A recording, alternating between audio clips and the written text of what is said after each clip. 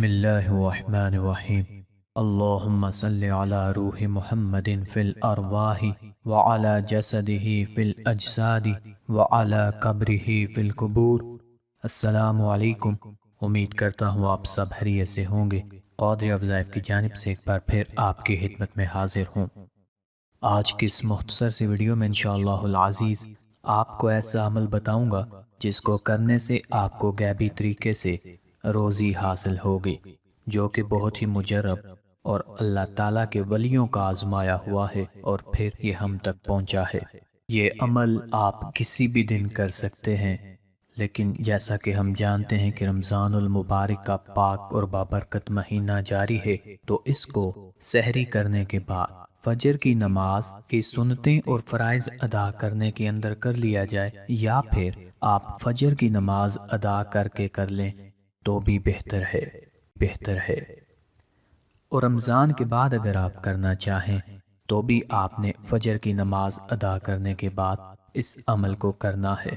عمل بتانے سے پہلے میں آپ حضرات کی توجہ ایک بہت ہی سیریس ایشو کی طرف کرنا چاہوں گا، جو کہ غیبت کا ایشو ہے۔ آج ہم دیکھتے ہیں کہ ہم کسی نہ کسی طرح اپنے مسلمان بہن بھائیوں کی اپنی باتوں میں غیبت کر رہے ہوتے ہیں، جو کہ ایک بہت ہی بڑا گناہ ہے۔ غیبت جس طرح زبان سے حرام ہے، اسی طرح دل سے بھی حرام ہے۔ بہت سے لوگ ہم میں سے غیبت کی تعریف کو ہی نہیں جانتے۔ غیبت کی تعریف رسول اللہ صلی اللہ علیہ وسلم نے فرمائی ہے۔ نبی کریم صلی اللہ علیہ وسلم کی خدمت میں ایک آدمی کا ذکر ہوا تو کہا گیا، یہ شخص کتنا عاجز ہے۔ رسول اللہ صلی اللہ علیہ وسلم نے فرمایا، تم نے اس کی غیبت کی ہے۔ سادہ الفاظ میں غیبت کی تعریف یہ، اگر کوئی مسلمان کسی دوسرے مسلمان کی اس کی غیر موجودگی میں کوئی ایسی بات کرے جو اس مسلمان میں موجود ہو تو یہ غیبت کہلائے گی۔ اگر وہ بات اس میں موجود نہیں ہے تو یہ بہتان کہلائے گی، جو کہ غیبت سے بھی بہت بڑا گناہ ہے۔ اللہ تعالیٰ نے غیبت کے معاملہ کو بڑی اہمیت دی ہے۔ اللہ تعالیٰ سورہ حجرات آیت نمبر 12 میں فرماتے ہیں، اور کوئی کسی کی غیبت بھی نہ کیا کرے۔ کیا تم میں سے کوئی اس بات کو پسند کرتا ہے کہ وہ اپنے مرے ہوئے بھائی کا گوشت کھائے؟ اس کو تو تم ناگوار سمجھتے ہو۔ اسی طرح سورہ حمزہ آیت نمبر 1 میں ارشاد فرمایا، بڑی خرابی ہے اس شخص کے لیے جو پس پشت عیب نکالنے والا ہو۔ اس آیت کی تفسیر میں کہا گیا ہے کہ اس سے مراد لوگوں میں تان تشنیع کرنے والا مراد ہے، یعنی یہی شخص لوگوں کے گوشت کھاتا ہے۔ سامعین کرام، یہ تھیں کچھ روایات، کچھ احادیث جو کہ آپ کو بتائی ہیں، اور اللہ تعالیٰ سے دعا ہے کہ اللہ تعالیٰ ہم سب کو مسلمانوں کی غیبت کسی بھی طریقے سے کرنے سے بچائے اور ہمیں راہ ہدایت پر چلنے کی توفیق عطا فرمائے۔ سامعین، آج کا عمل بہت ہی مجرب اور آزمودہ ہے۔ مجھے بہت سی ای میل موصول ہوئی ہیں کہ ہمارا کاروبار رکا ہوا ہے، ہمیں کاروبار سے کوئی فائدہ نہیں ہو رہا، ہمیں غیبی خزانے سے روزی ملنے کا کوئی عمل بتائیں۔